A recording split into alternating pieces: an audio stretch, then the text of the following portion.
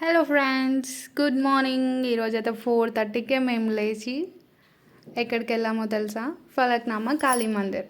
Because of ఈరోజు అమావాస్య కదా, అక్కడ బాగుంటుందని వెళ్ళాం. అంత పొద్దున్నే వెళ్ళినా చూసారా ఎంత పబ్లిక్ ఉన్నారో. కానీ ఇక్కడికి వెళ్తే మాత్రం బక్కగా ఉన్నవాళ్ళు, చిన్నపిల్లలు, ప్లీజ్ బీ కేర్ఫుల్. అక్కడ తొక్కి ఎక్కడ పడిపోతామో కూడా తెలీదు, అంతమంది. అసలు వెళ్ళడానికి కూడా ప్లేసే సరిపోదు, ఎందుకంటే తక్కువ ప్లేస్ ఉంటుంది అక్కడ. ఎక్కువ పబ్లిక్ ఉన్నప్పుడు అయితే చాలా కష్టం అవుతుంది. ప్లీజ్ వీకెండ్ కాకుండా వీక్ డేస్లో వెళ్ళడానికి ట్రై చేయండి.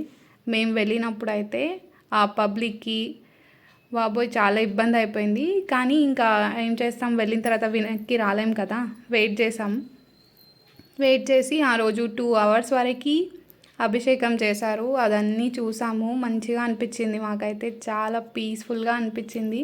2 hours అక్కడ కంటిన్యూస్గా 2 hours అభిషేకం జరుగుతూనే ఉండింది.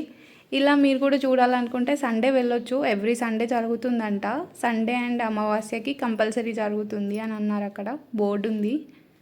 అయితే మేము వెళ్ళిన తర్వాత 2 hours అభిషేకం కంప్లీట్ కాగానే మళ్ళీ 2 hours క్లోజ్ చేసేసారు.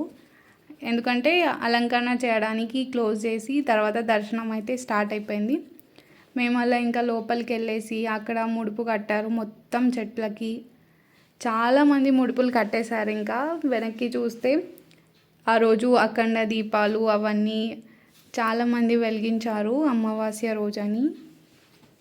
ఇలా అక్కడికి చాలామంది 5 అమావాస్యలు అలా వెళ్తుంటారని అక్కడున్న పూజారి చెప్పారు. అంటే కంటిన్యూస్గా 5 అమావాస్యలు రావాలని అక్కడ వాళ్ళు చెప్పారు. ఇంకా దర్శనం అయితే మేము బయటకు వచ్చేసరికి 5:30 అలా అయింది వెళ్ళేసరికి.